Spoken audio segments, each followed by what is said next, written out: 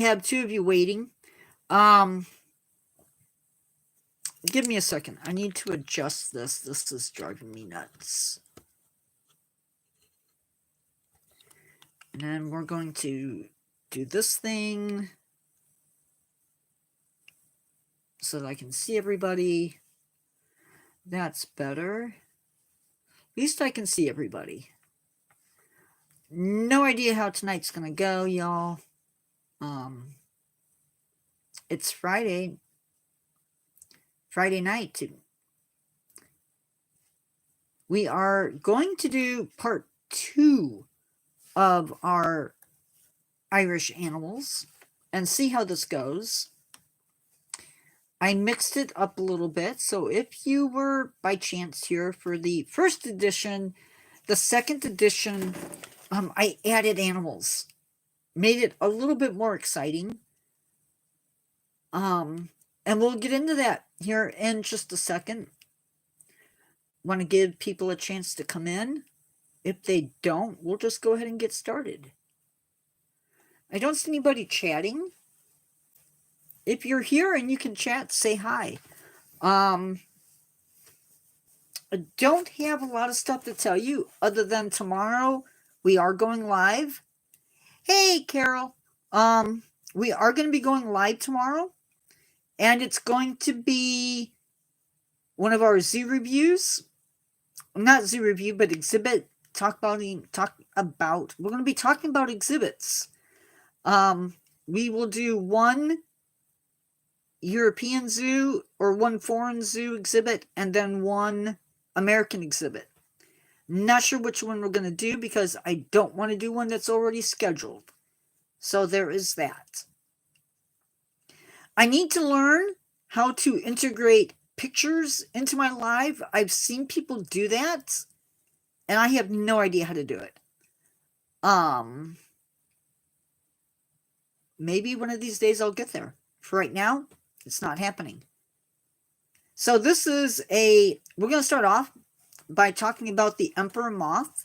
This is a large moth that is common and widespread in Ireland. It can be found in many parts of the country. Females are larger than the males. No big surprise because that happens a lot in the animal kingdom. Females have a wingspan of around 3.9 inches across. They feed on meadowsweet and heather, and they are a silkworm or a silk moth. During the winter, the pupa may actually get eaten by small mammals while they're actually inside their cocoon. Yeah, that's the thing. Moving on from a moth, we are going to be talking about a whale. The minke whale, to be precise. These guys are commonly seen along the western and southwest coast. Seems to be a favorite thing with some of these cetaceans. They are the most commonly recorded baleen whale entering Irish waters. You can find them around Ireland in late spring to autumn, and then they sort of disappear around December to February. They believe they go off to give birth. They can sometimes be found in offshore waters, but will oftentimes come into coastal waters to feed. Pretty cool. The long-eared owl is Ireland's most common owl. They can be found throughout the country, except for maybe in the west. They typically nest in conifers during the winter. They may roost communally with up to 50 birds. Of course, there can be fewer of those birds also.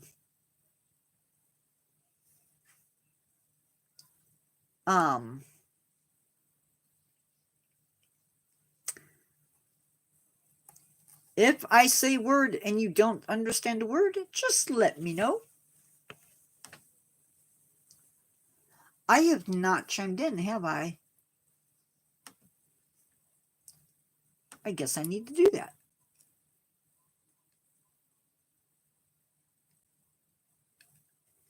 And we need to change this so that I can actually, if I have to, follow along or put stuff in.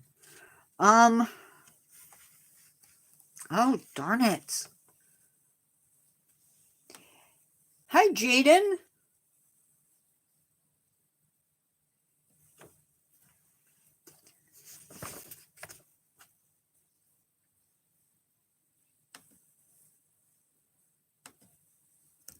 Give me a second.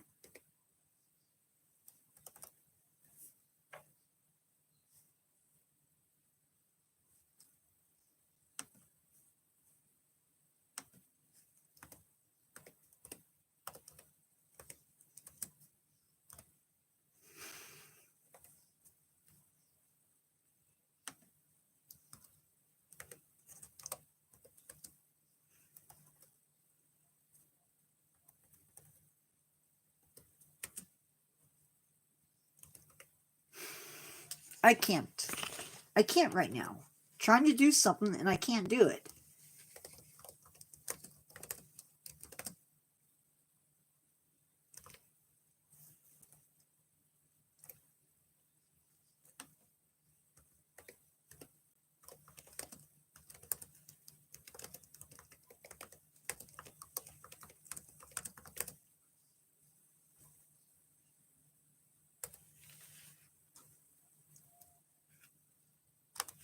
Okay, getting back at it. Sorry.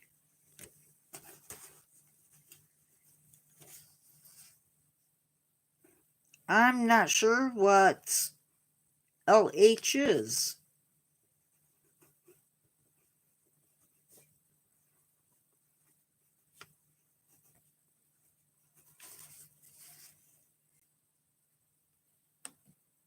Where did I stop?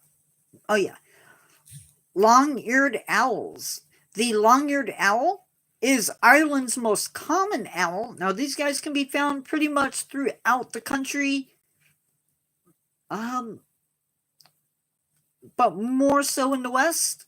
They typically nest in conifers. Conifers, remember, are pine trees, that sort of tree, evergreens. During the winter, again, they may roost with up to 50 birds. Oh, okay. Hi, Aaron Gilbert.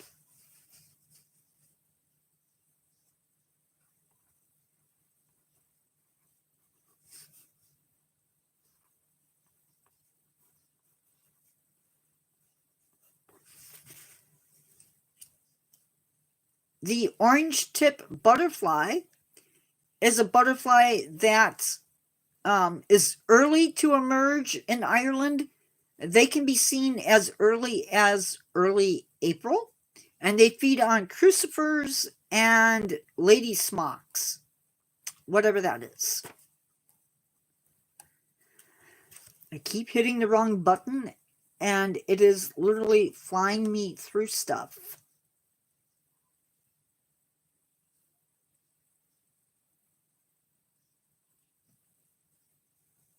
I don't like that. How is everybody doing tonight? Are you having fun? Are you doing stuff? I hope so.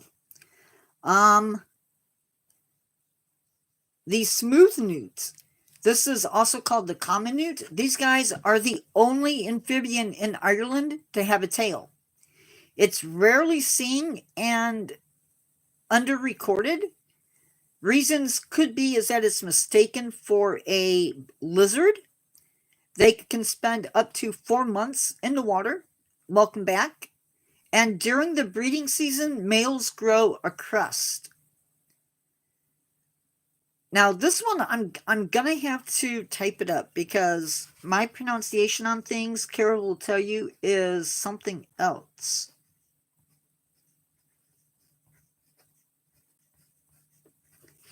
It's just easier to type it up than it is to say it.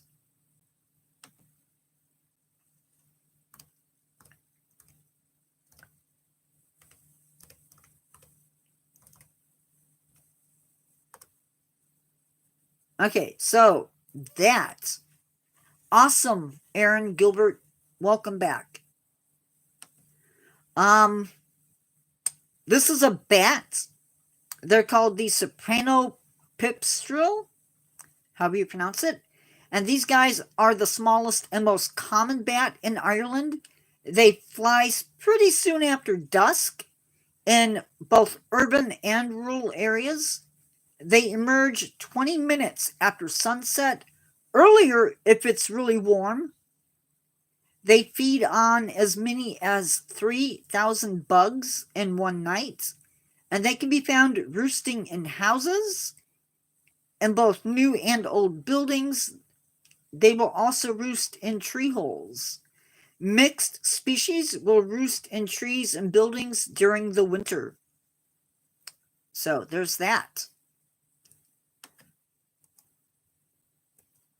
White-tailed bumblebees. These guys, again, pretty common in Ireland, common in gardens, farmlands, woodland edges, heathlands. They emerge in early spring and are one of the last bee pollinators to be out and about in the autumn. Bumblebees, unfortunately, are at risk due to habitat loss and insecticides.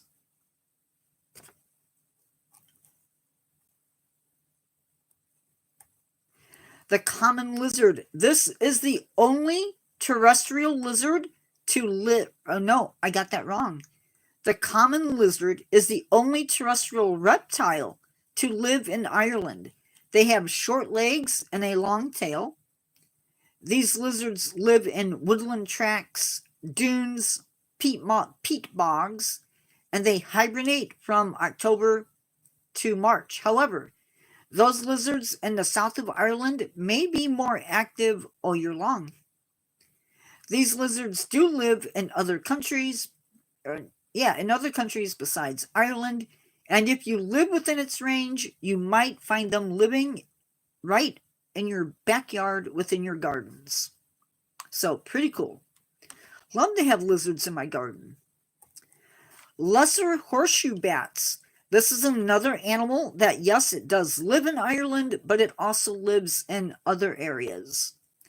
They can be found in 6 western counties in Ireland. They're going to hibernate in caves and cellars that are no longer in use, mines, stables, even in old cottages, and they'll roost in those same things during the summer. These bats are often found in broadleaf or mixed woodlands. And what I mean by mixed is they will have deciduous trees and also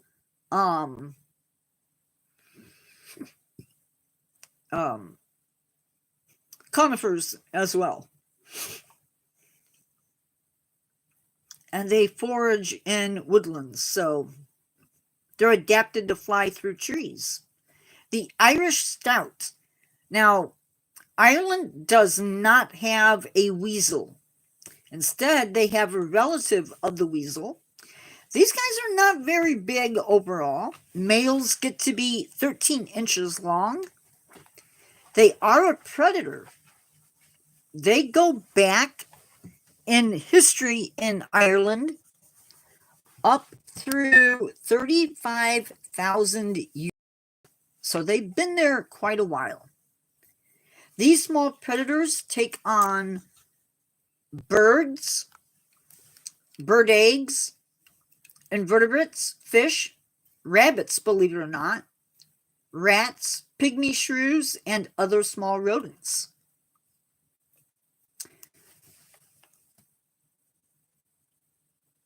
"14 minutes.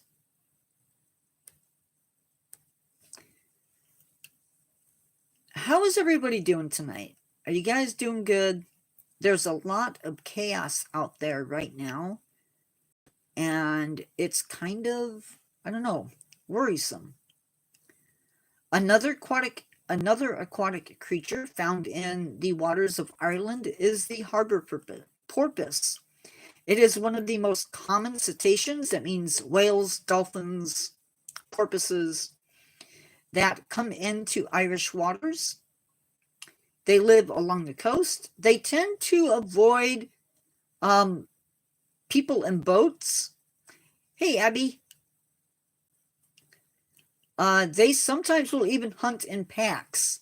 I do expect off and on for tonight to get a little bit busy. We'll see. I keep saying that and it doesn't happen. They will hunt in groups, and most reports of them come from the south coast and the west coast. They can also be seen June through September. So if you live in Ireland, be looking for those. I think my favorite animal that we've talked about so far has to be that Irish stoat. These guys are little, but they are fierce. Think about that. You're only 13 inches long, and you're taking down rabbits. I think that's just cool.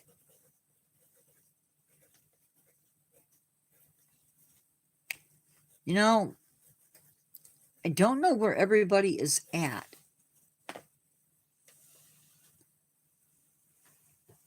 Like, I have 955 subscribers. And I have maybe 2 on right now. Maybe 4. I don't know. Kind of crazy. Just saying. The rest of the animals are basically not new ones. But I'm going to go through them anyway. And then I wish I had that file in front of me, and I don't. Blah. The natterjack toad. This is a toad. You're not going to see it a whole lot. If you do, you're lucky. It is the only toad found in Ireland. Now, that's kind of weird. Here in North America, we have several. We have the American toad. We have an American dwarf toad. We have the green toad, Colorado River toad. So there's quite a few different ones. But out there, they only have one. And they don't even hop. They run. Kind of weird. They also have a yellow stripe that runs down their back. No, I don't think they're chickens. I just think they're toads. The western jackdaw is a bird. It's related to the crows. In fact, it is a crow, a smaller crow. These guys nest in tree cavities and in buildings, and they mate for life. Something crows do, if you didn't know. They often are seen in pairs, but during the winter, they can be seen in large flocks. So pretty cool. I'm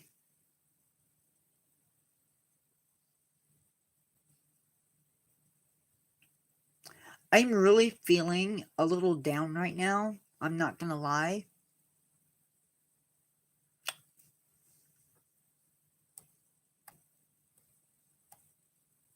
I feel like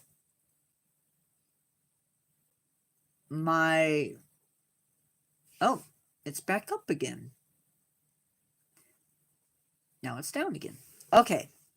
So one of the really cool things about living in Ireland is that once a year you get visited by sharks, and not just any shark, but a 28-foot daddy shark.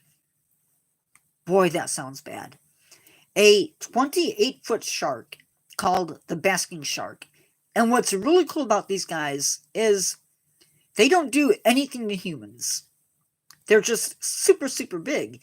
But I can see where if you don't know what it is, it could cause some major anxiety. Now, these sharks feed on plankton, and they will go through the waters with their big old mouths open, just taking in water and filtering it out to get all that plankton goodness out of it. You can see them from boats, but you can also see them from the water, or from land. Aye, aye, aye. The Irish hare, this is a relative to another hare that was, I believe, introduced into Ireland called the mountain hare. These guys, pretty quick. They're the only native hare that lives in Ireland. They also are the only lagomorph. That is the group that hares, rabbits, and pikas live in. And yeah, so that's something. And they like to live in areas where there is ground cover. So places that they can hide, because there are predators out there that will eat them. And just FYI, they are a protected species. So you cannot kill them, which is, I think, a good thing. Next up, we have an animal that is pretty rare. There's only about 2,700 of them left in the wild. And they live in woodlands. They can be found eating things like small rodents, birds, bird eggs, carrion, beetles, berries, even funguses. They have been killed, believe it or not, because people once thought that they were witches. And also because, well, people blamed them for going after eggs of game birds. But people are bringing them back. If you live in Northwest Indiana or any place in the eastern United States, you know what a gray squirrel is. They were introduced into Great Britain and also into Ireland, and they are wreaking a little bit of havoc. With the reintroduction of these pine martens, their numbers, thank goodness, are on the decline, and things are looking good. The red grouse is a bird that is supposed to be endemic to Ireland. It's not super common. It lives in the mountains and the moors and woodland blanket bogs and raised bogs. They have benefited from past management of the heather moorlands. It should be noted that this bird can also be found in the UK. There have been drops in their numbers in Ireland and in the UK in the late 20th century. Really sad. Ireland, I have discovered, is home to an amazing mix of animals. It's always really cool if you get a chance to go in and check out some of these animals that live in different lands. Normally, when I do exploring nature, I choose to do animals that live in the United States, or I choose to do plants that live in the United States. I feel like I have talked way too much. You guys are always welcome to speak up. Another really cool animal that lives in Ireland are they don't live there year-round, but they do visit. These are the leatherback sea turtles. Now, if you don't know, leatherbacks are the largest of the turtles. This guy feeds on, of all things, jellyfish. So if you live along the coast, keep your eyes out for these oceanic travelers. Now, sort of cool, we have house sparrows that live here in the United States,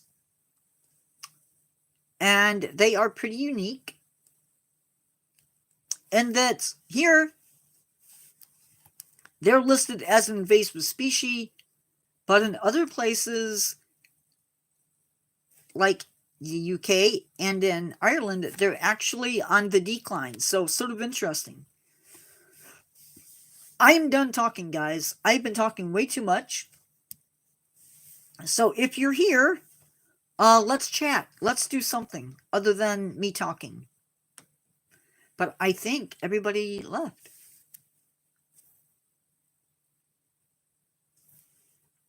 Michael, I was not calling you an animal. Do I have any moderators in right now? I don't know if I do or don't. I know. Happy New Year, Michael. How are you doing? Michael, this is my new moderator. I did not get rid of Carol. Carol's still here. Her name is Abigail, and she's new. Be nice. Awesome. I'm glad to hear it. We've had some people get sick. I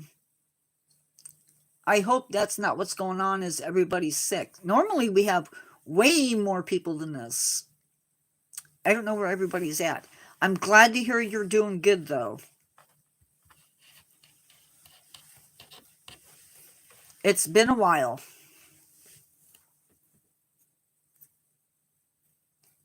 It has been a while.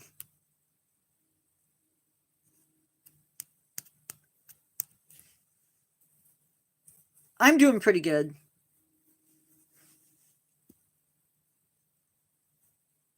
I can't complain too much.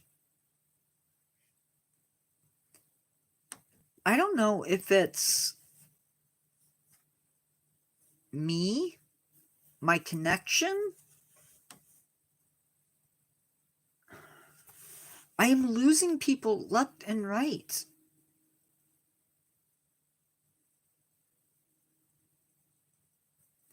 I don't like it. So weird. So very weird.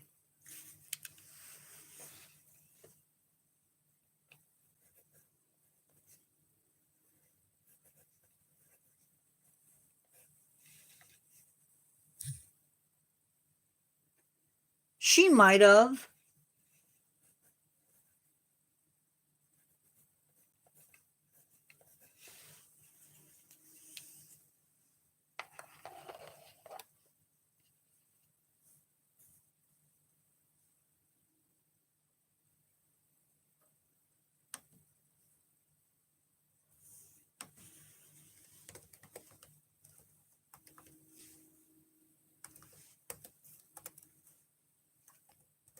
Oh, no. No. Oh. I just shut off my Chromebook.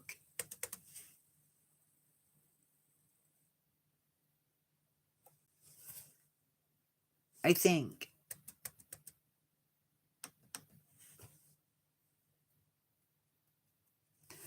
I get super chats when I reach 3,000. So, when I reach 3,000.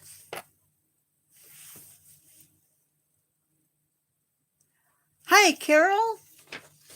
I thought you left. We get super chats when I reach 3,000 public watch hours. I can give you an update as soon as I get into my Chromebook because I accidentally shut it down.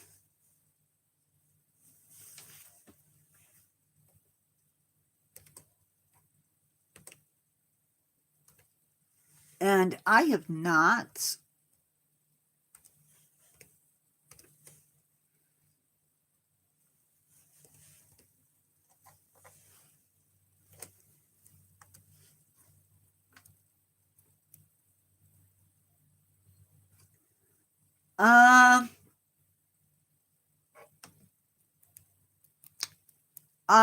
I can give you an update here in just a second. I think I can give you an update.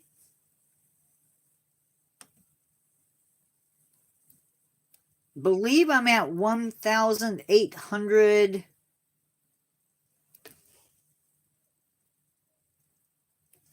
I haven't seen them. I have not seen any of my UK people.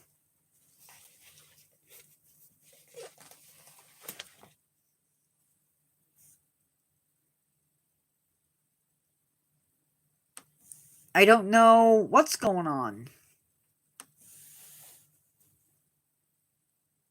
Oh, and now it kicked me.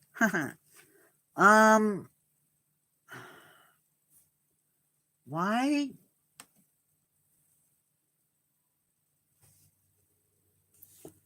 Can I just like call it a night? I'm not happy at the moment.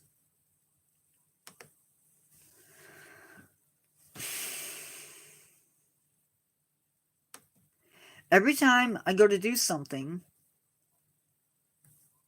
it's the wrong thing.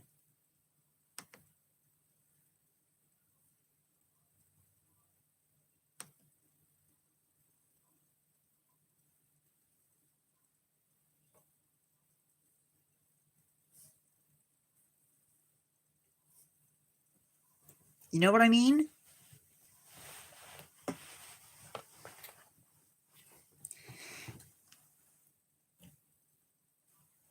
Yeah, they seem to, yeah,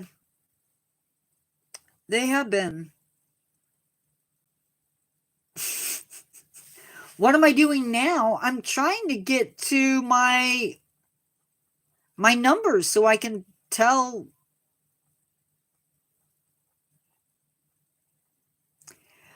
They will when I reach 1,000, that 3,000 mark.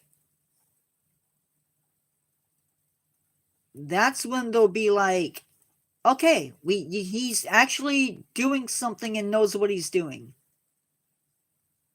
That's when I feel like they'll pay attention.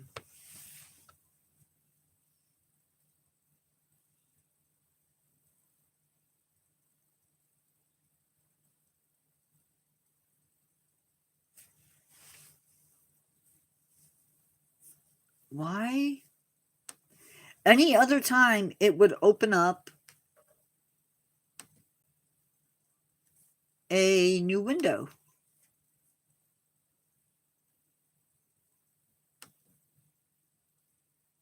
There it goes. Now I got it. An up-to-date thingy on...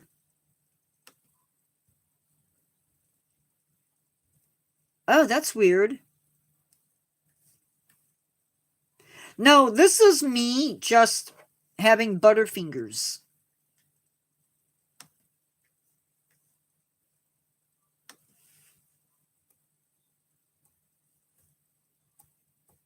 We are at...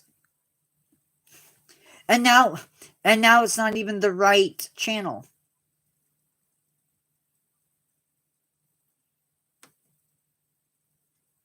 $955 subscribers. 15.4 thousand views. 211 watch time hours. And... drum roll, please. Maybe. I don't know. 1,890 public watch hours.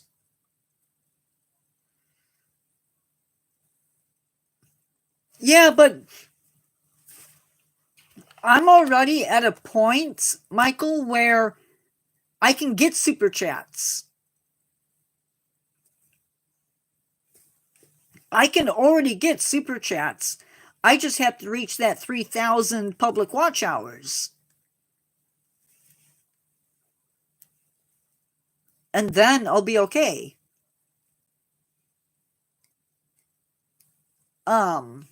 No. I'm at 1,890. 1,890. I need 3,000. So basically what I need is I have 955 subscribers, supposedly. If everybody watched at least 1 minute of a video, you can't send one yet. It's not open yet. I have to have 3,000 public watch hours. Public watch hours to do it. Hold on.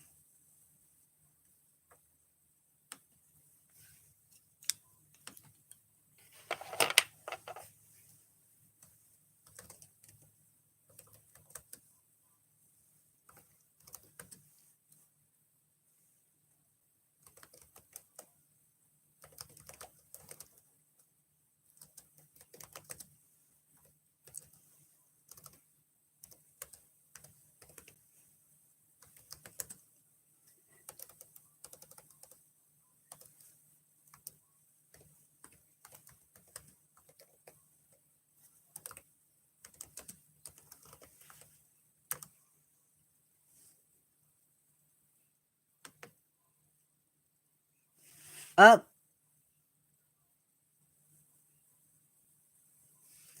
Michael.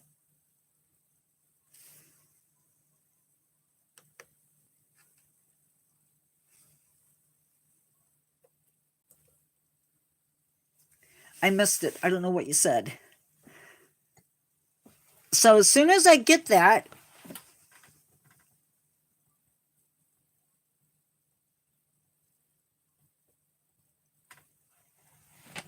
no, don't spam. Don't spam me. Just,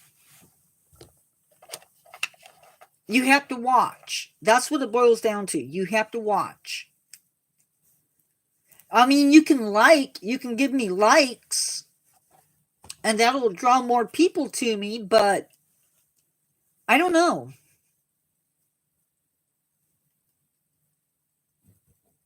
Thank you. All of that is nice, but it's not. I don't think it does any good.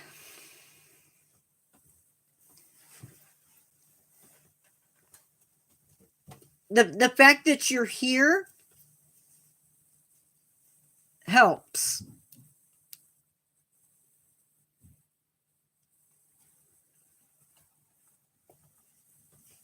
Why is that on top chat? Oh, because I left.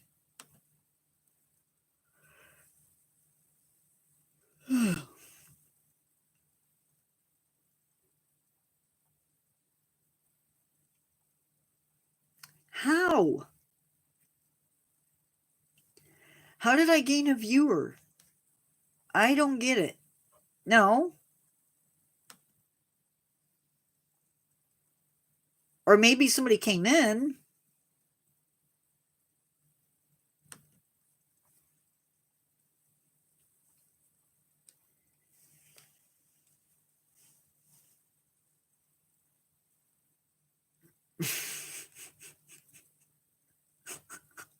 I have no idea what that does.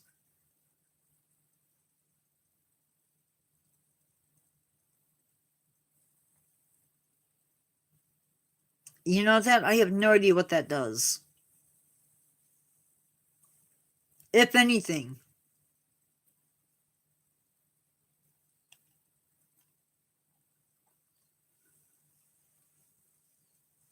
So, tomorrow, we're doing the exhibits.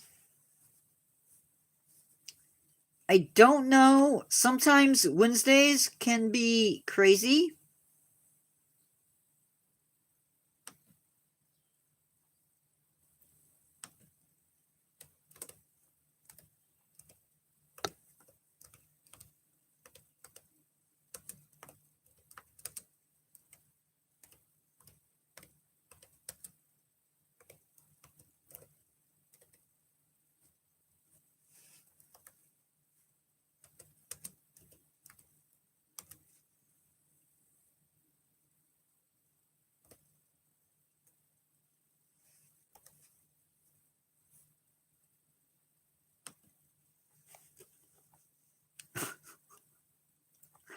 I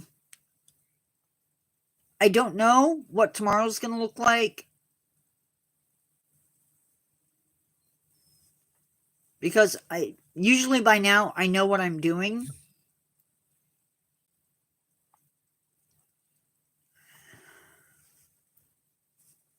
I know tomorrow's Saturday. I just don't know what it's going to look like. I don't know what I'm doing. I know what the topic is.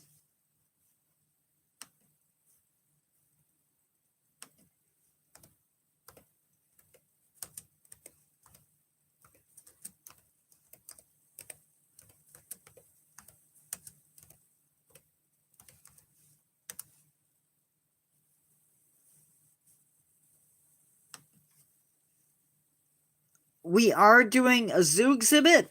We will do 2 zoo exhibits. Not sure which 2.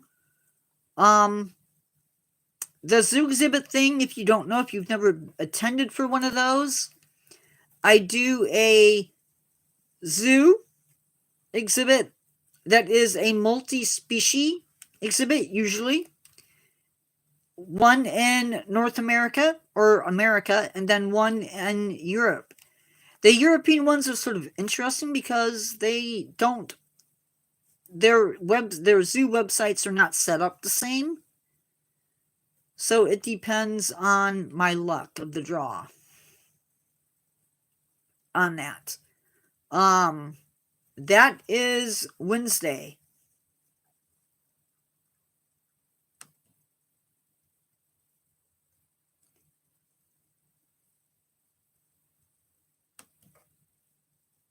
Third, I lost my mind.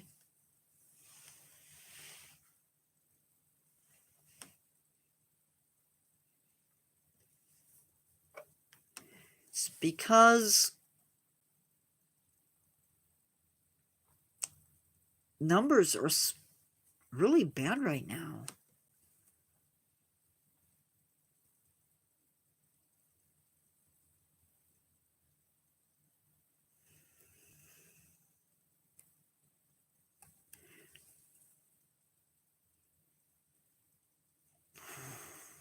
You think? Why? Why is that going to make a difference? January 10th? Wait, we've already, that's today.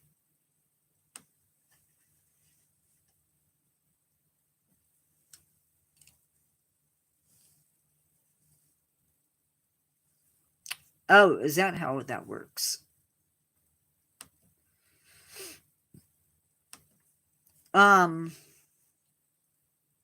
January 11th, we're doing the zoo exhibits. January 14th, we are doing a zoo to do. If you don't know what that is,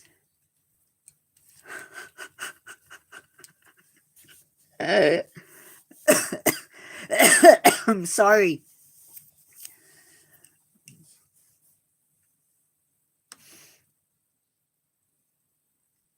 I know I don't do Wednesday.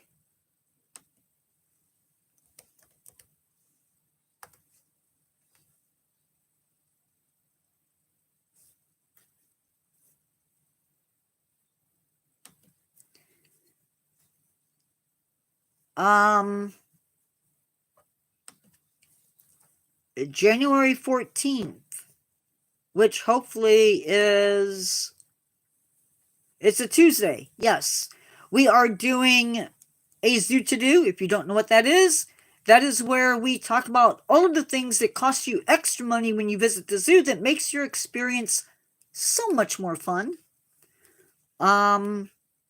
January 17th, we are doing our first, I think it's our first fish in our Learn to Care series. This is where I take an animal that is endangered, and hopefully I talk about it enough that I get you to care about it.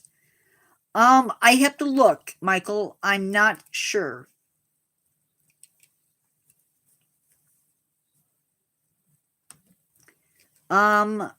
November or January 18th is a subscriber only organism picture guessing game.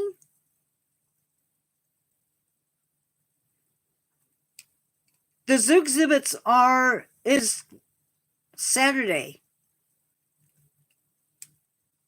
The zoo exhibits are Saturday. I just don't know when they're going to be. I don't know what zoo I'm going to be doing, or what zoo exhibit I'm going to be doing. That's what I meant.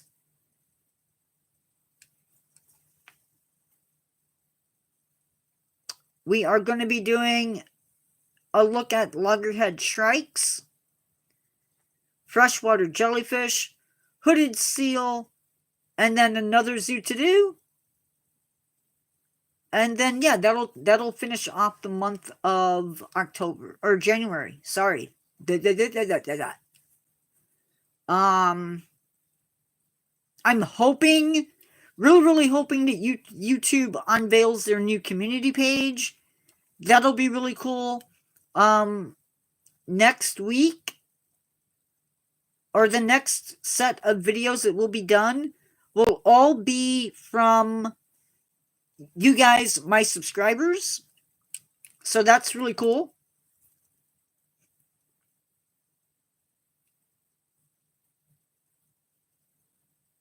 You know what? If that's what I say, I'm not worried about it.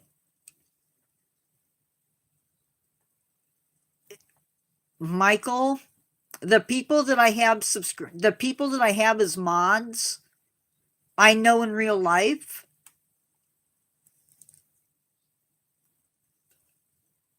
I don't. I'm really, really picky about my mods.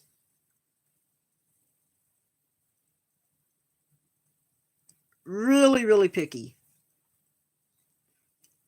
I just said, I just said, my moderators that I have, I know in real life.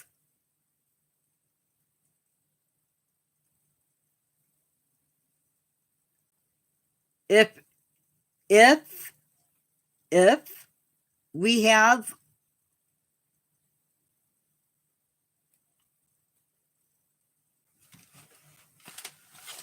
I don't plan on removing anybody from their seats.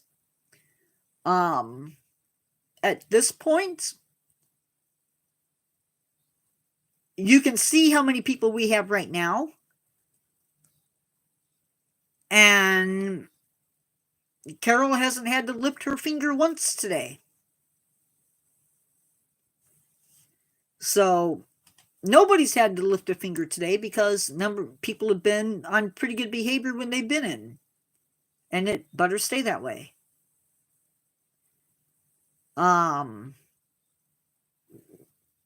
What was I gonna look up? I don't know.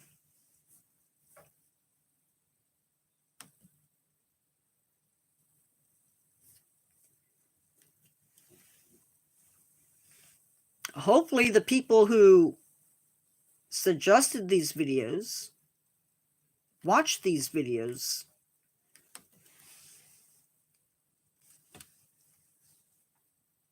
That's all I know. I don't know if you guys saw it, but ABC, the channel out in California, they captured the image of, or captured video of a mother mountain lion and her 2 cubs leaving the fires.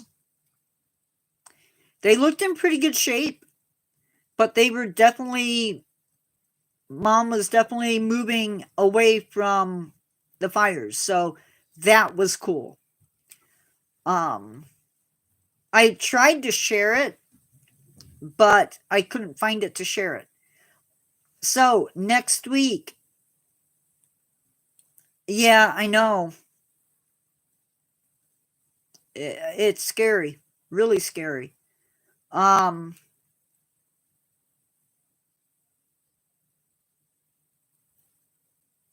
We have European next week. Next week's videos are European blue tit, poaching, bird and plane collisions, how animals survive the winter.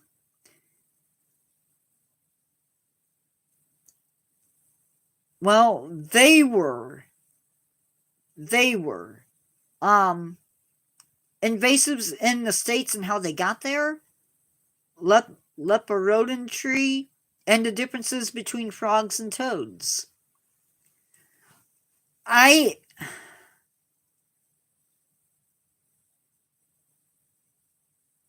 feel sorry for the life that's being lost. I'm also really concerned because right now there's a lot of, that's not a bad idea.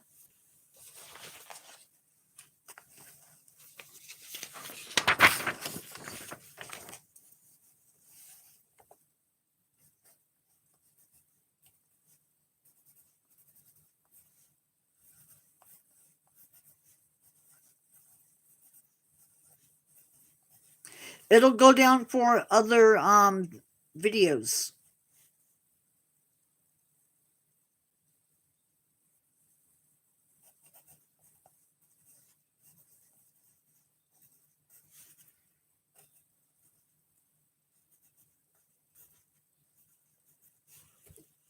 That's true.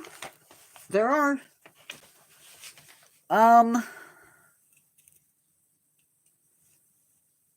Right now, maybe eventually things will be different. What was I going to say? So right now they're dealing with the fires. And it's bad.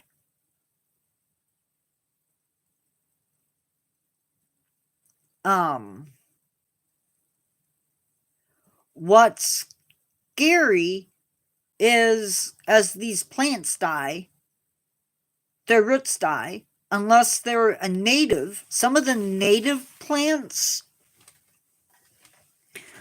are adapted for fire.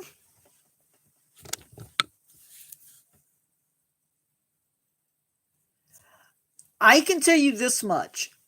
When I covered the coyotes, I think I covered urban coyotes or something like that. Urban wildlife.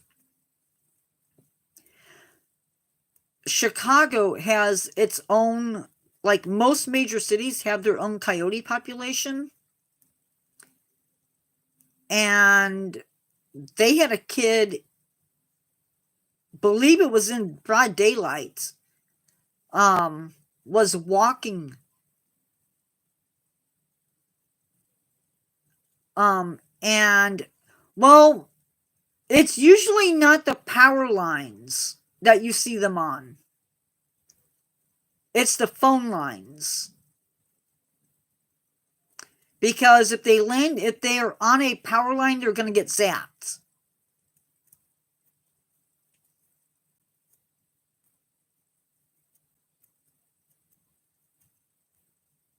I have. I've covered coyotes. We have red fox. Yeah, they do. They literally walk the streets in Chicago.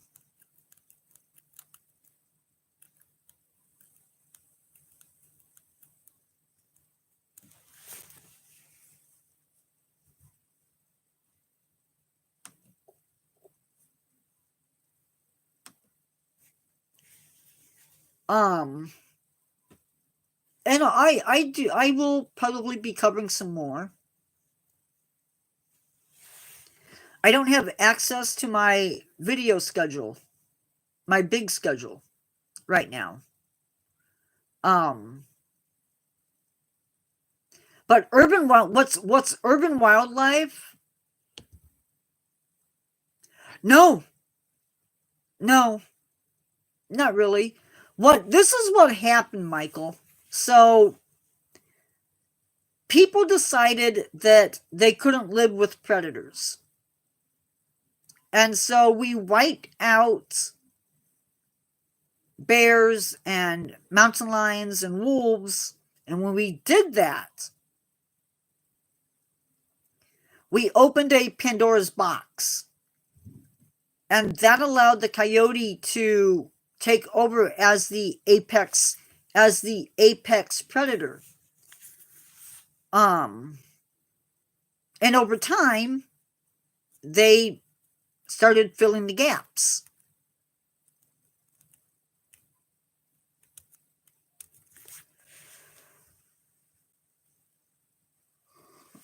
And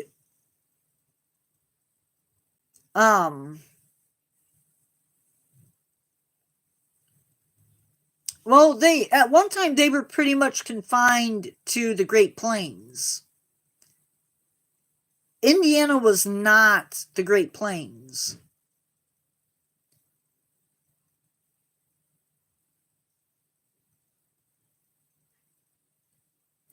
It has. They're smart. They live longer. It's been proven that they live longer in a urban setting. I don't know if that's because they're protected. Yeah. Because the public isn't supposed to be shooting them. So if you live out east, if you live in a major city, you have coyotes. And we make it easy on them. We make it easy on them. Really? Wow.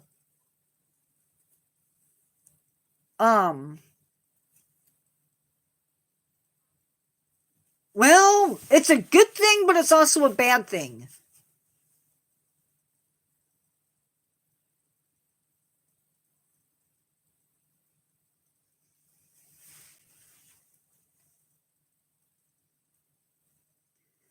Because people make it easy on these animals to live. We haven't learned that if you feed your dogs outside or your cats outside, you're feeding other animals. Oh, that's possible. That's possible. People might have been feeding them.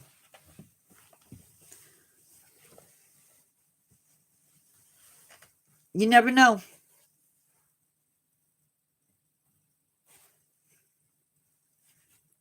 But they will figure it out.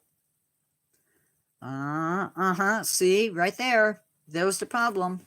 Yeah, you should never feed them. They're smart enough to figure out how to get food.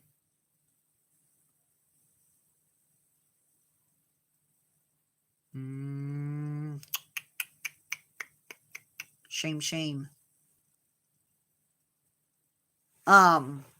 Only because it teaches them that humans mean food.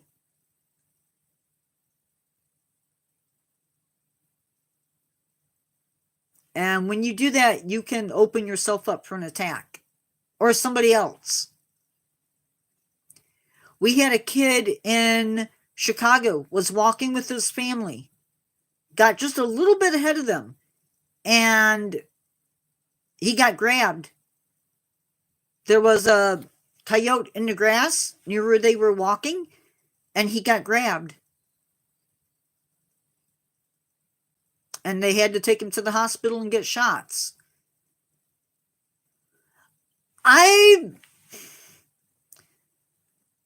never heard of that. I've never heard of that happening. Now the seagulls, yeah, I could see them stealing it. The attack on the kid,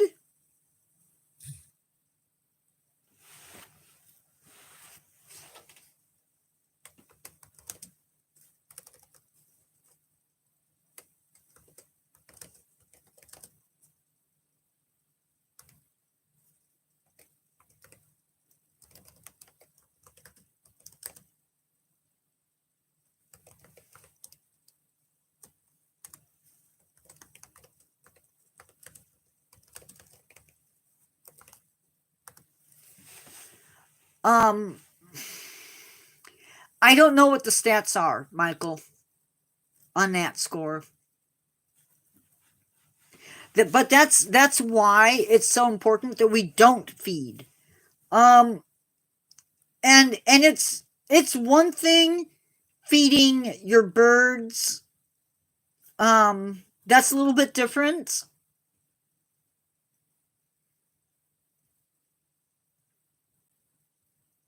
If you're out there and you're feeding squirrels or you're feeding possums, that's one thing. Not a big deal. But when you're out there and you're feeding coyotes and larger animals, it becomes a problem. And honestly, you shouldn't even be feeding raccoons.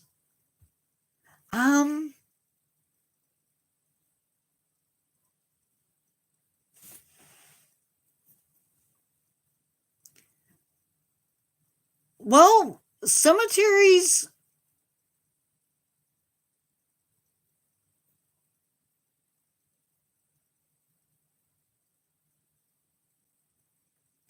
What's part of my master plan?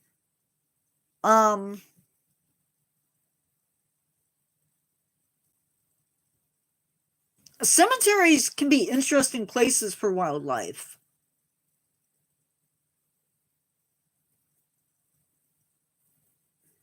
Because if you do have geese, a coyote can take a goose. Oh, yeah. Yep, poor Carol. Yeah,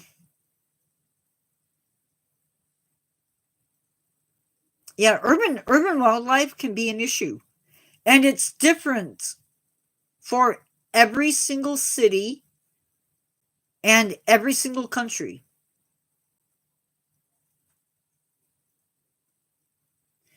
I have seen at least 3 or 4 times in India, in the big cities. Ooh, a hawk, probably. Oh, yeah. I saw a coyote walk up to a fence, a gate, in front of somebody's driveway. The dog came up because he was barking at the dog came out to bark at the coyote. Coyote literally grabbed the dog's snout through the gate and dragged the dog out of the gate.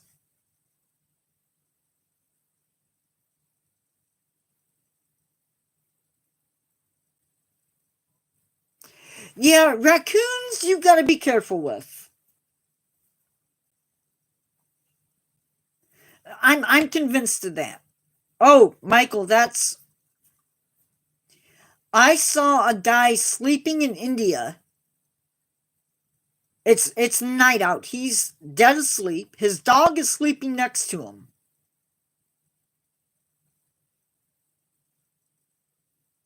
A leopard comes up, walks right up, grabs the dog, and takes off. Doesn't mess with the guy, just grabs the dog and goes. So if you think that coyotes are bad, trust me, they're nothing. And I've seen that play out 2 or 3 times. I've seen leopards that have walked right into a apartment complex. Somebody let their dog out for the night. Dog was waiting by the door to come in. In walked a leopard, grabbed the dog and took off. That's why I always tell people, always, if you have an animal, if it's a small dog or a cat or even a medium-sized dog, don't leave them out by themselves. My brother has a Chihuahua, and they will leave her outside by herself, and I'm no. They have foxes that live in the area, and there's a hawk that lives in the area, and I'm telling you, one of these days she's going to get grabbed.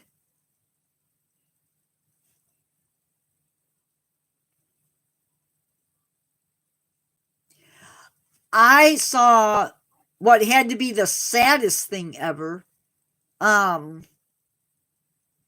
Lady let the cat out. Little girl's asking mom where the cat is. Where's the cat? Where's the cat?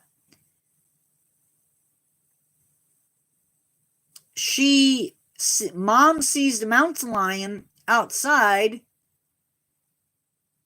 and she realizes really quickly that the mountain lion has kitty cat.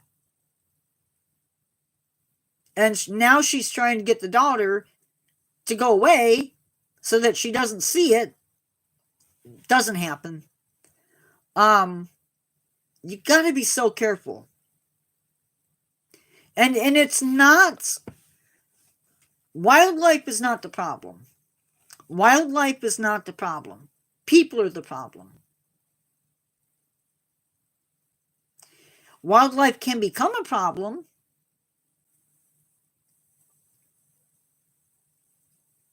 Wildlife can become a problem, but usually if it's a problem animal, it's because somebody has fed it. It happens in Florida. It happens in other areas as well. Don't feed the animals. Now, I'm not saying that in Florida there's alligators everywhere. You got to be aware.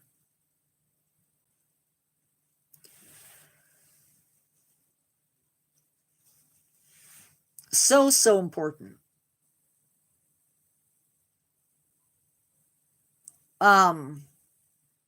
Abby mentioned feeding raccoons. I love raccoons. I think they're cute. I will never put food out for them. Although my parents have a garden, I'm guessing they raid the garden sometimes. Just thinking they might. You guys, it is 8:07. We're doing good. They do, because it's a body of water.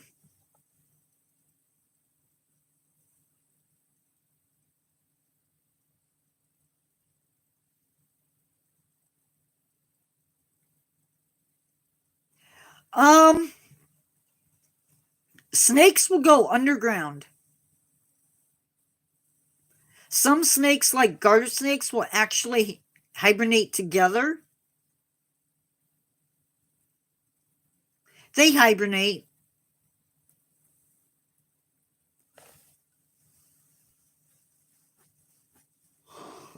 I don't know if all snakes do, but a lot of snakes where it's cold, they hibernate.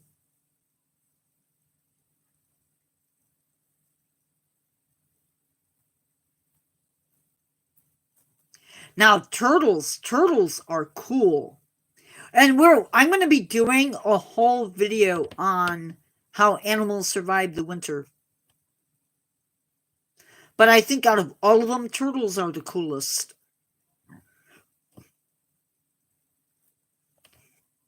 I don't want to spoil it, though. I'm saving that for later. I got to have some fun sometimes.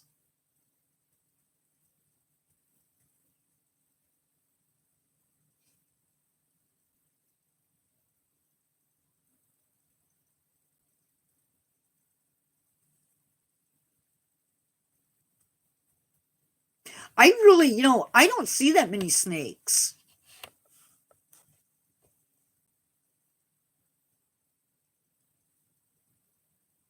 I miss having snakes.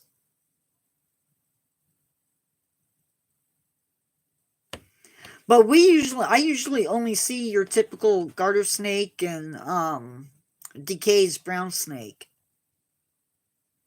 Snakes are the coolest. That's cool.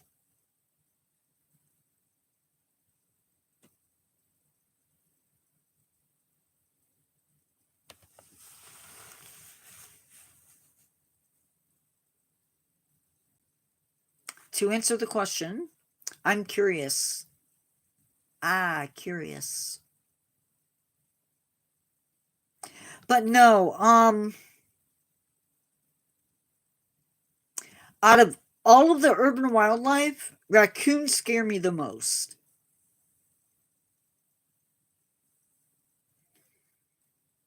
Raccoons and probably coyotes.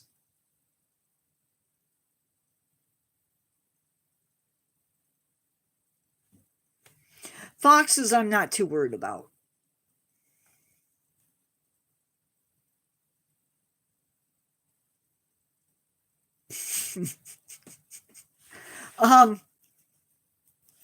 And that's fine. It's okay to get pumped when you see a snake. It's okay to get pumped. Otherwise, I always tell people, if you don't know what it is, don't pick it up.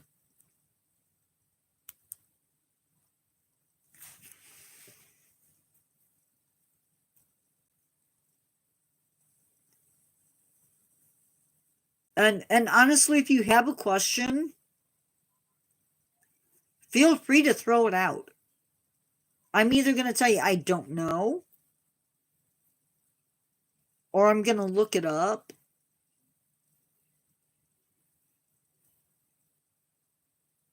Yeah, there you go. Thank you, Abby. I knew there was a word for it.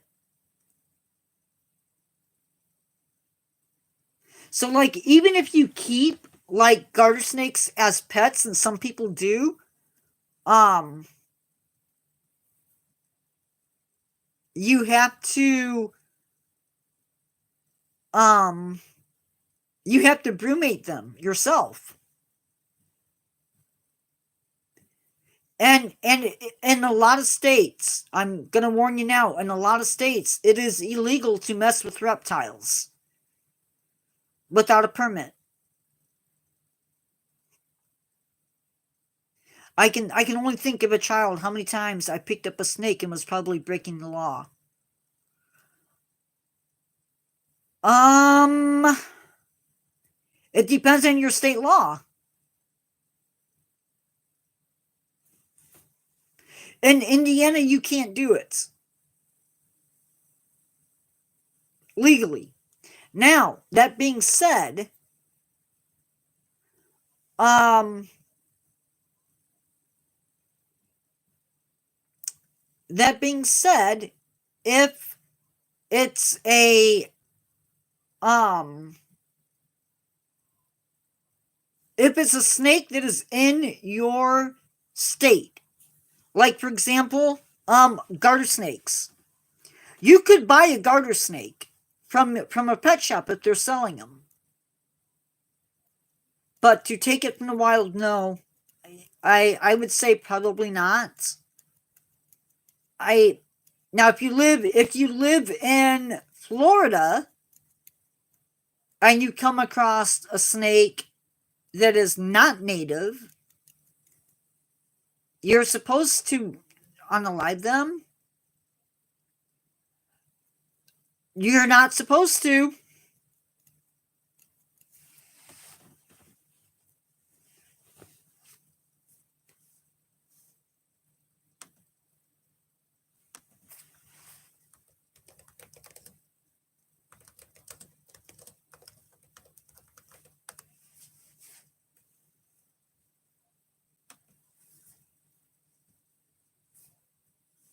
Hold on.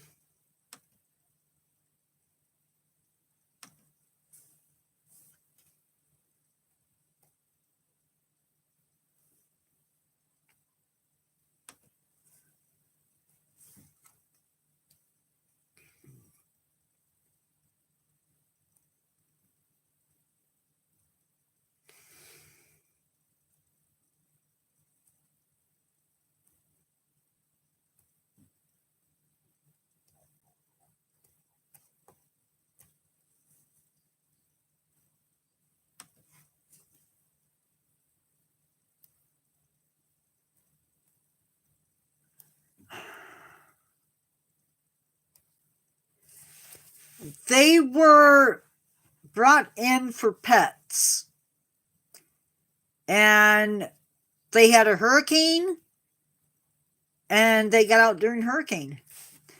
No. um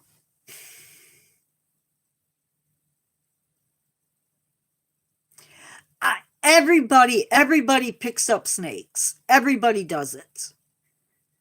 I don't think i don't think they're going to get after somebody for doing that, Carol. I think they have bigger fish to fry.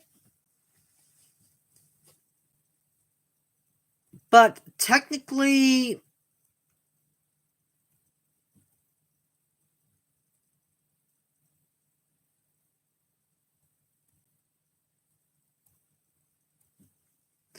technically, um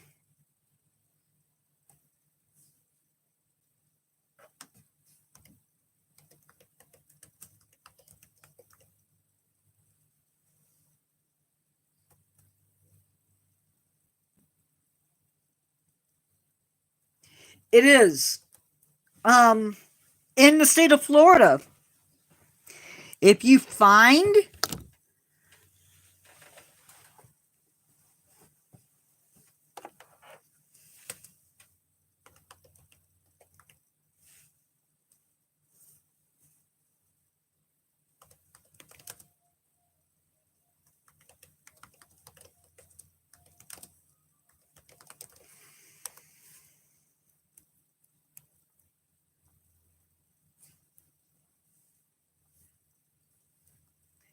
what do you mean, Carol? Garter snakes are okay, this says, but timber rattlesnakes are not.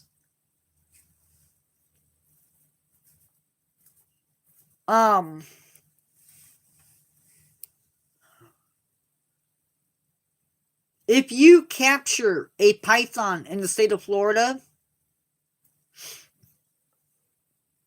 you, by law, have to get rid of it right then and there.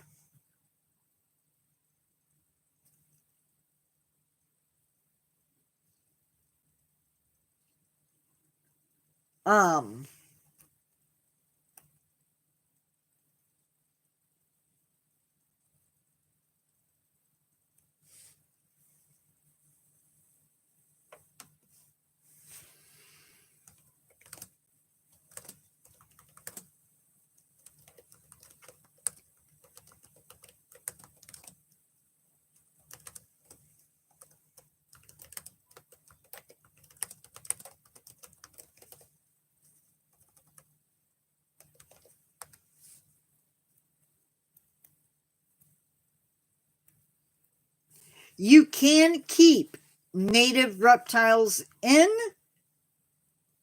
Indiana, but there are rules. There are rules to it.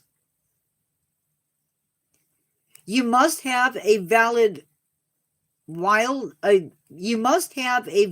hunting or fishing license to collect reptiles from the wild. So if you don't have that, you can't do it. You cannot collect endangered species, such as box turtles or the eggs of reptiles or amphibians. So you can't go out and collect frog eggs and raise them in your house.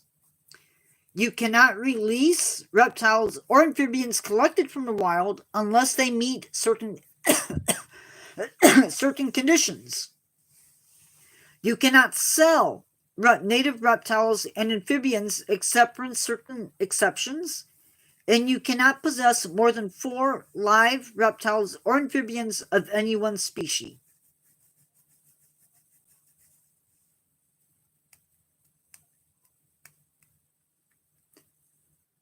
So it depends.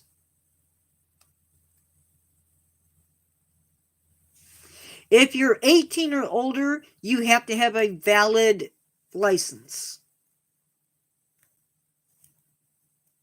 And I don't know if that means killing them or just in general.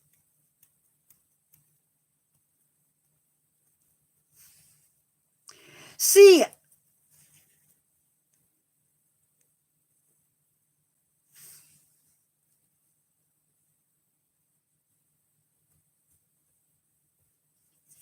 so in order to release any of these animals that you've had, you have to have it less than 30 days. It has not been housed with other animals, and it's released at the site of its original place.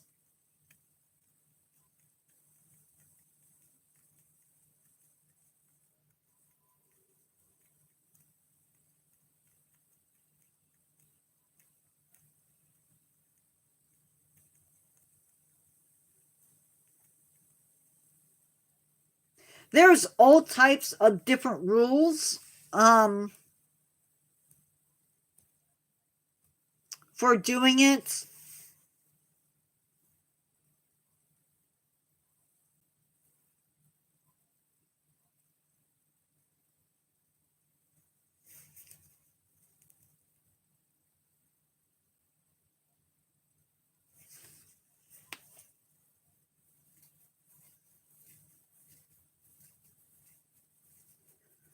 Um, what you have to be so careful with native wildlife.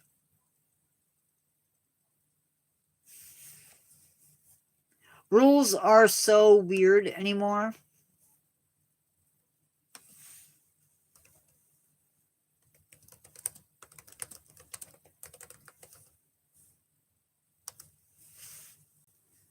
Um, yeah.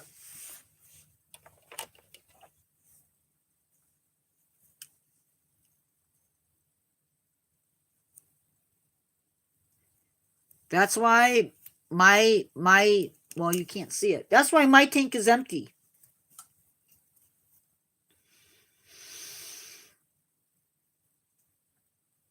Yeah, they tried to do that with my mom, my older brother, and it didn't work either.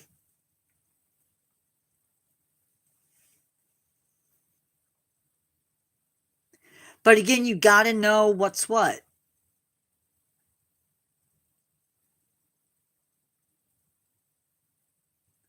No, I can't.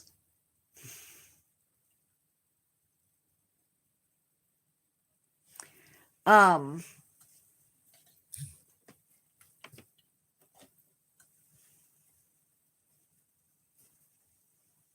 I can't have any pet snakes. No pet snakes. Not for me. Can't do it.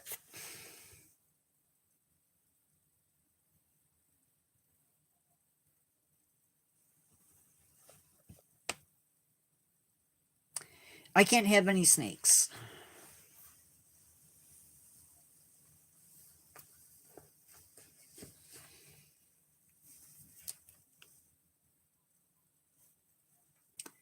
Oh, my brother used to bring home baby snapping turtles, and we would play with them.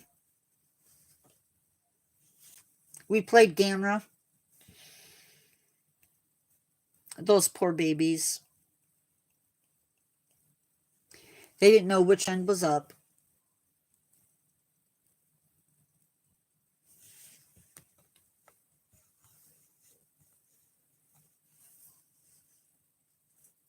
Bearded dragons are cool. I only had the little green like anoles. They were cool, but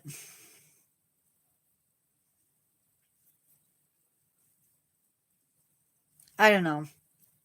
I would still any day rather have my tarantulas. I know nobody likes them, but they were my babies. This is about the closest thing to a pet snake as I'm gonna get.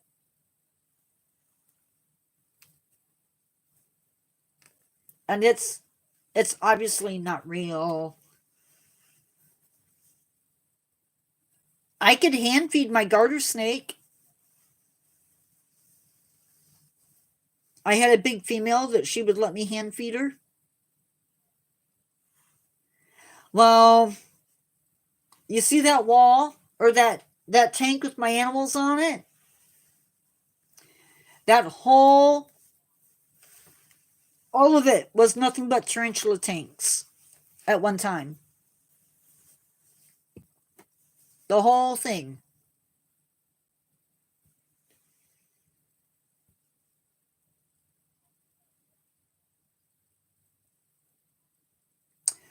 Um, hairs, depending upon the species, and germs.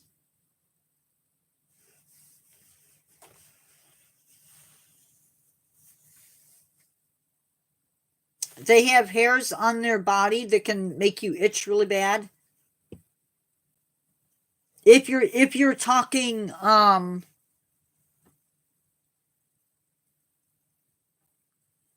if you're talking tarantula.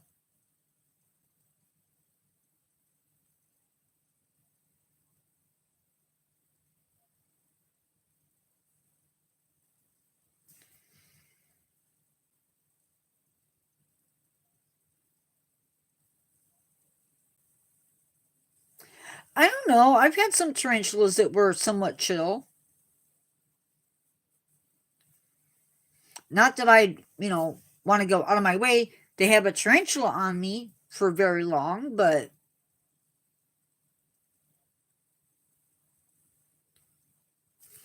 I have a picture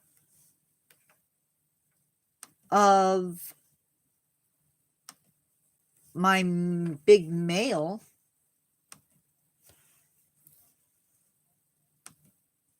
I'm going to see if I can find it.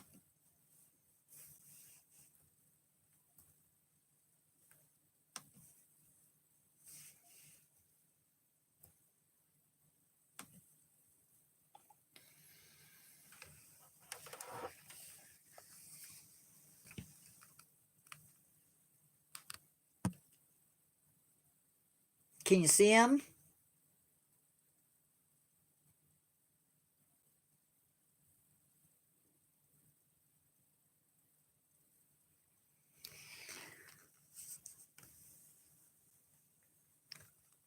That's my big boy.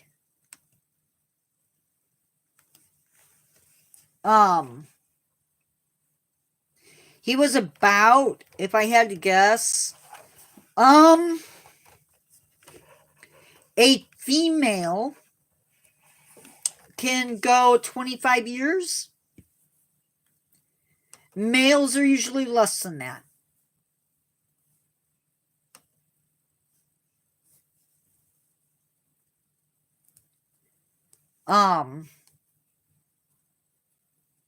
But that particular species is known to be pretty gentle, I don't want to say gentle, docile. Known to be pretty docile. And it's the one time when the book was right. But it also depends on the species.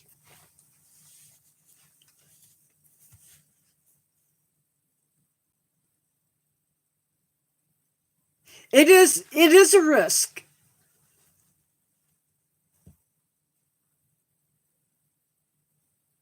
Because unlike a lot of other animals, exotic animals have not been tamed. They haven't been domesticated. And I don't think with tarantulas and other invertebrates, I don't think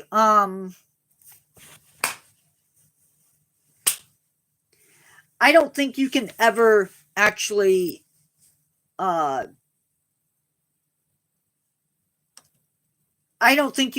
domesticate them.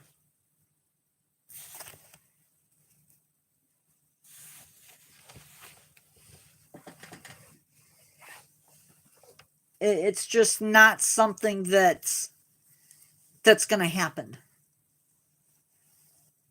Unfortunately.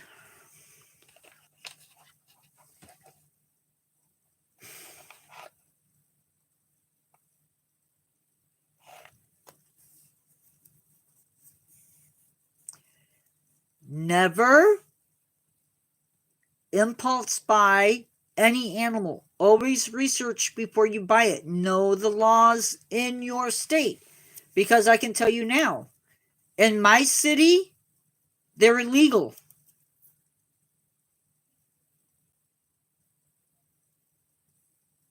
You can't own scorpions or tarantulas in my city.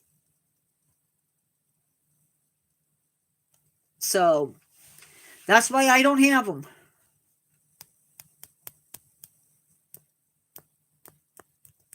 And I think, don't hold me to this, but I think they're illegal in New York City as well.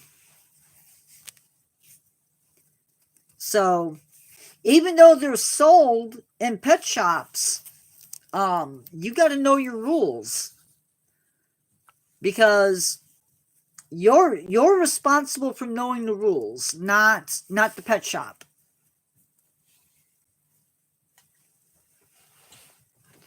Although a few years ago, we had a pet shop in my city that was selling baby mountain lions.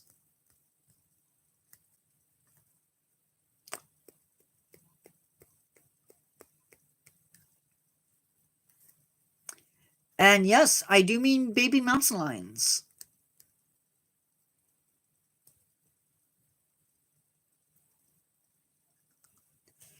It is now.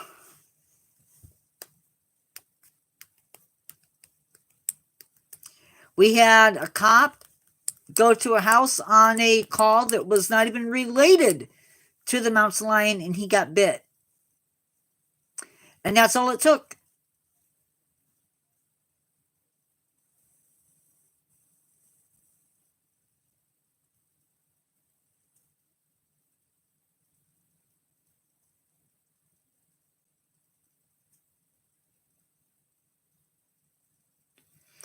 I don't know why the tarantulas are illegal in my area. It's not like if they get out they're going to survive the winter, but whatever.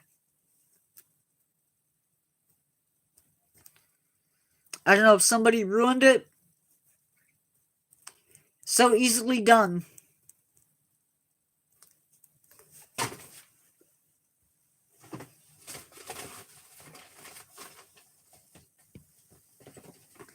One person can ruin it for everybody. What do I think of people like Joe Exotic?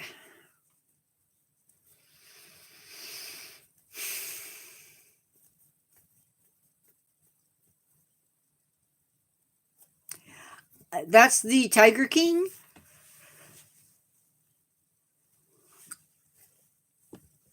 Am I right?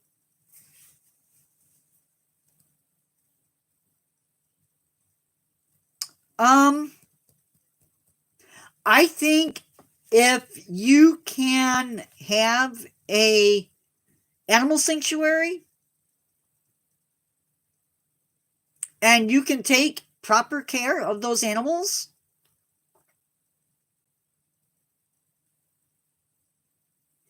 and you're not making money off of those animals,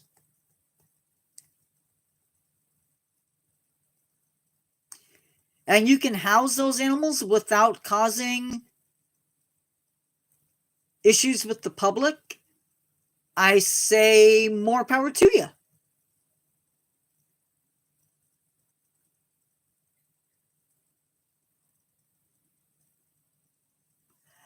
I didn't know either. That's news to me.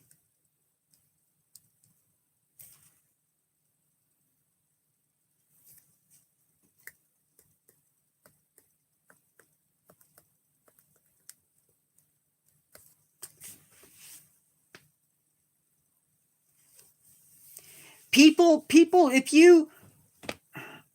who do businesses where they house an animal on display to bring in customers, shame on them.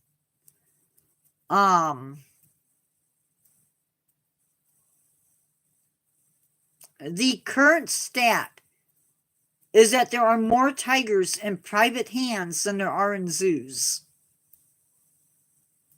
in the United States. There are more tigers in private hands than there are in zoos.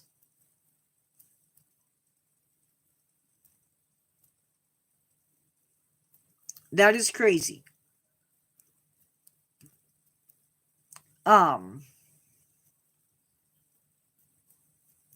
long as it's legal, people are going to do it. Dog. They look like little bears.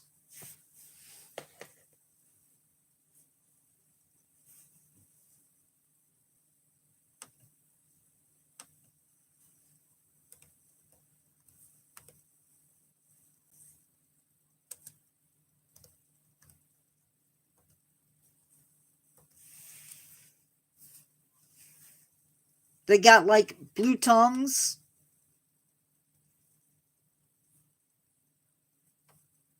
I kid you not.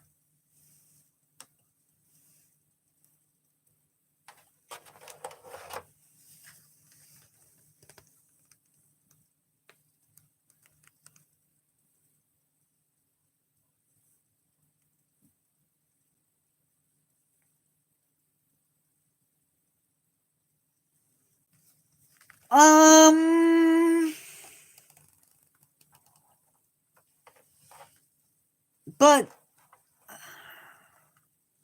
I don't think. Are they illegal?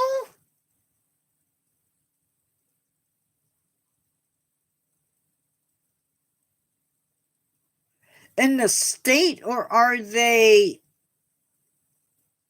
Because my brother has one. I know a lady.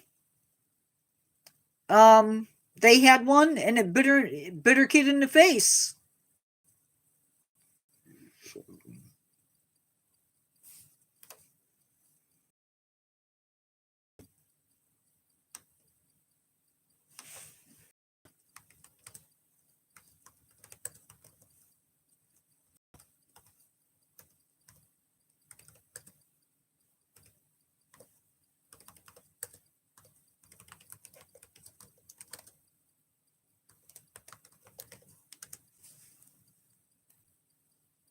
They're not illegal in Indiana,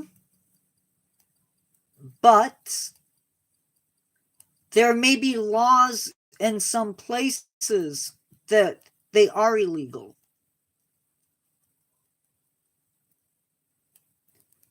In Lake Village, Indiana, you have to have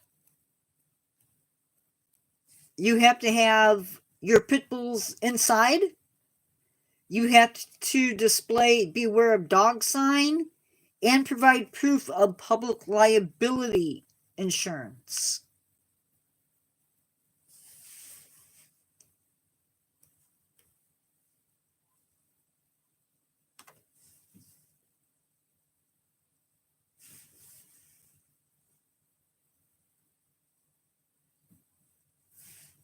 Now we do have a law in Indiana that makes it illegal to purchase any animal for fighting contests. So you can't do that.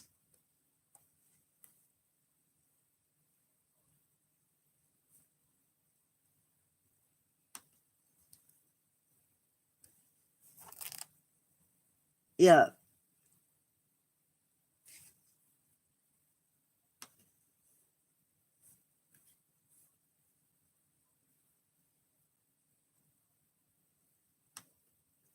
You know,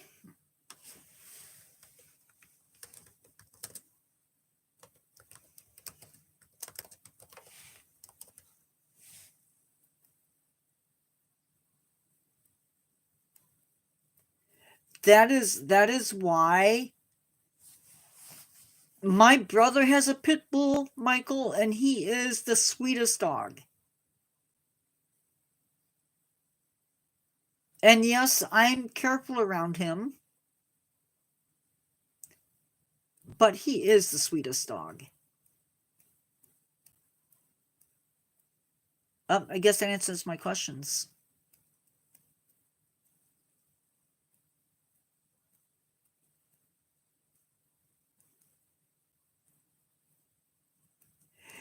But you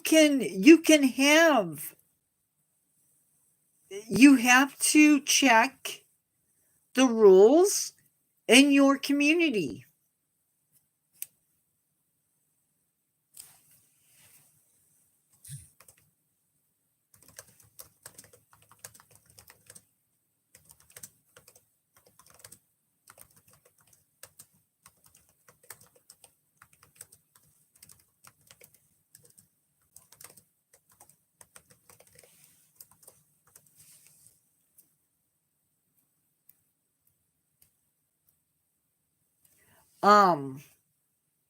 Like in Indiana, you can have, I think it's in Lake Station, or in the city that one of the cities that my brother lives in, you can have 5, I think it's 5 chickens, but no roosters.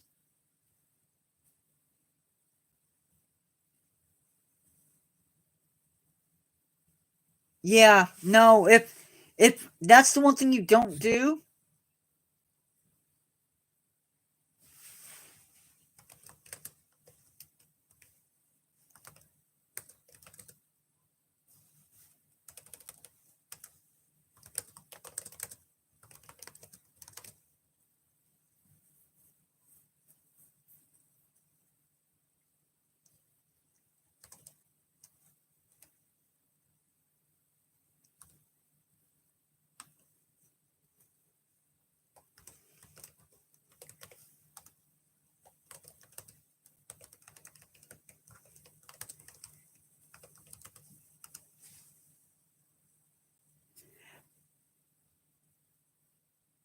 But again, it depends on the city. And that could be. It could be because you're unincorporated.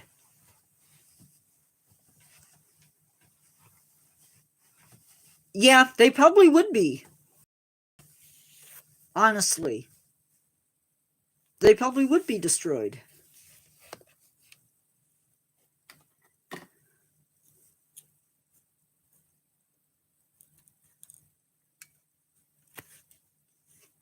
They probably should have locked the dogs up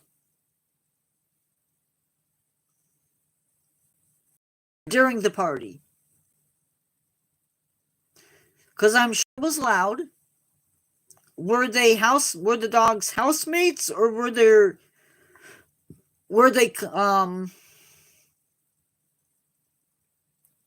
was one of them not a part of the household?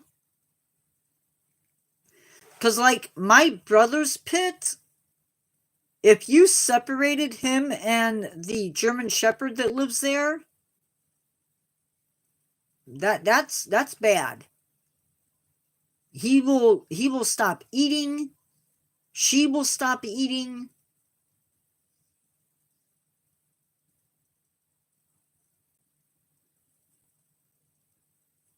Well, but if they were inside the house when it happened,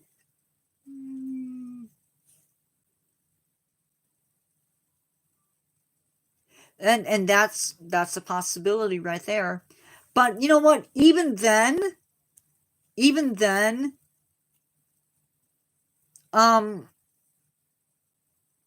dogs can have a bad day, and a housemate can end up in trouble.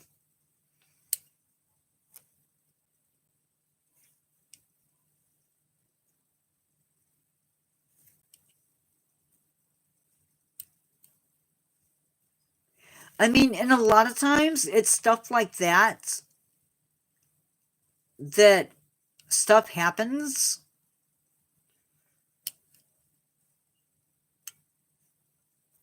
Yeah. It's probably, I can tell you right now, this is what happens in Fuller or any other town. They get an attack by a dog, and like that, they're gone. Or it's insurance. It's like if you watch, whenever there's a person that gets bit by a snake and they end up dead because of it, everybody that keeps snakes suddenly finds themselves in a state of what's going to happen next. Because that's one of the things they do, is if somebody gets hurt or somebody gets killed by their snake, they end up paying for it as a community, because pretty soon the government decides, hey, this happened. What if it happens to somebody else? What if the snakes get out? What if somebody else gets bit in the house? And so they outlaw them.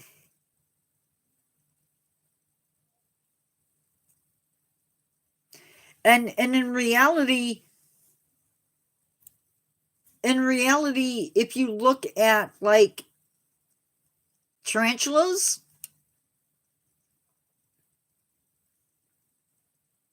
unless you mess with them, you're not going to get bit. Now, there are some that are hot. But as a responsible tarantula owner, you should know the difference between what's in your collection, what might be safe for somebody to hold, and what's not. It is, but if you have a little kid, like a little baby, my nephew has video of his daughter reaching in with her hands into the dog's food, and the dog is just sitting there eating. He not a care in the world.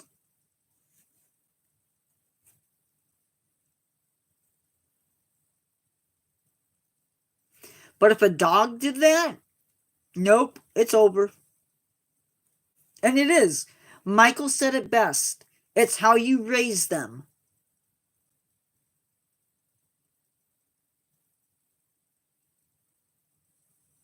I will never have a pet.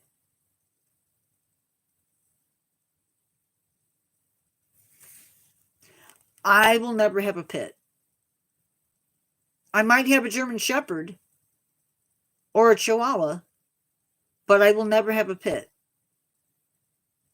Actually, what I've always wanted, and maybe it's because I'm a small person, I've always wanted a mini pinch.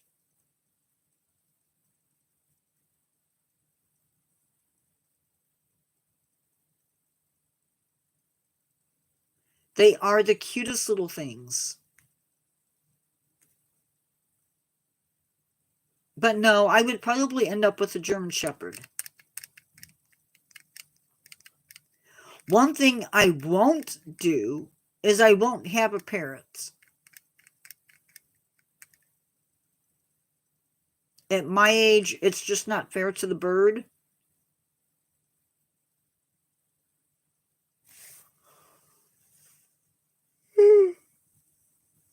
Where are my people? This is crazy.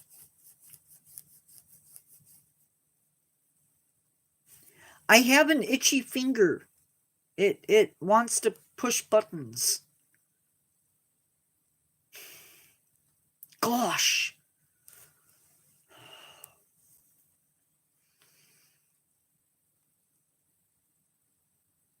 I'm so bad.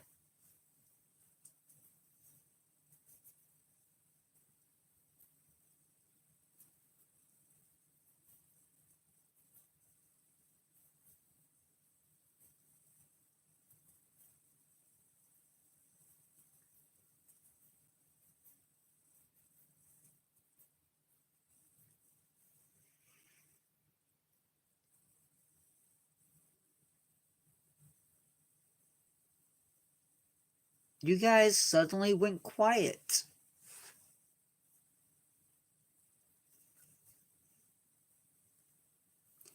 Is that a sign?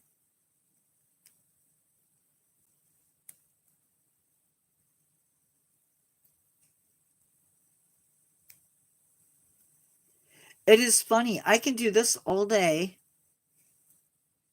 and it doesn't bother me. But if this were public, forget it.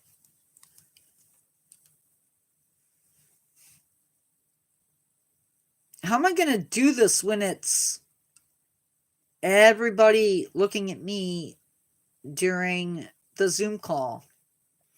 I don't know if I can do it.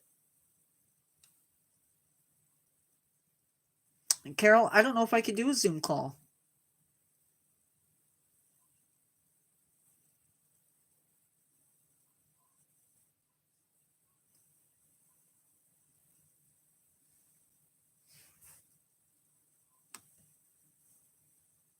Uh-oh. Uh-oh.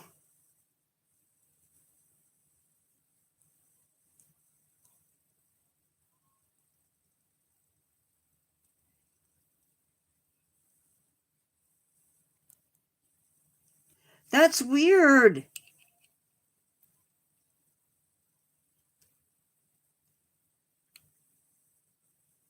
Can you guys hear me okay?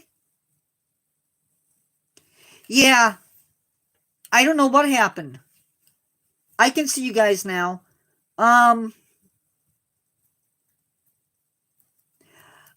Parrots are expensive and they are cool. The problem is they live so long that I would have to have somebody lined up to become the new parents.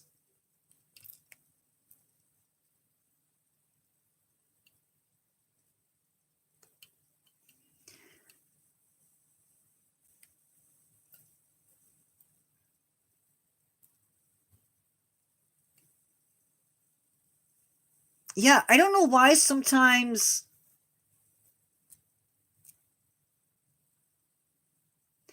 Yeah, but that's not fair. I want to see them.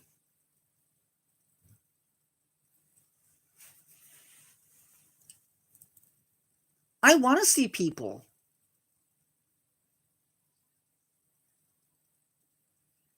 I love hanging out with you guys. As long as it's, under control.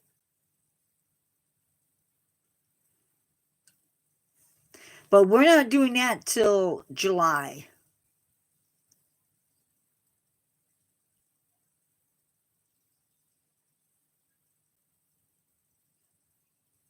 Not going to do that till July.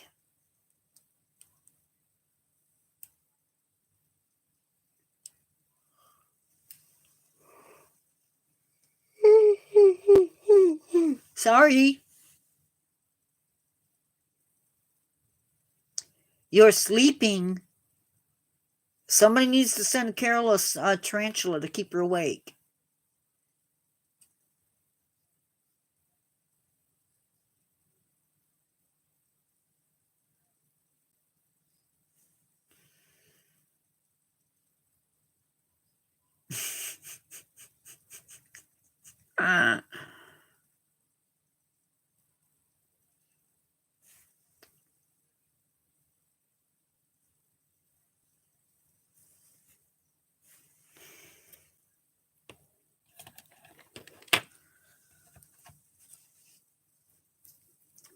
I really want to eat this, but I don't know how long it's been on my table.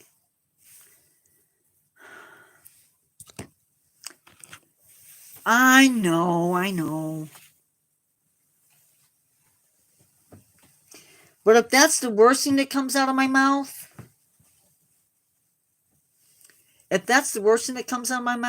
I'm doing okay.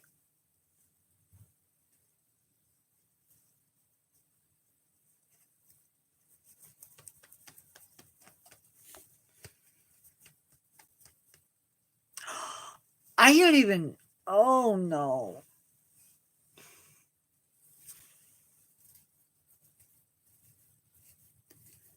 Okay, I don't know how much longer I'm going to be on, to be honest. Michael, I'm probably gonna call it. Thank you for coming in, though.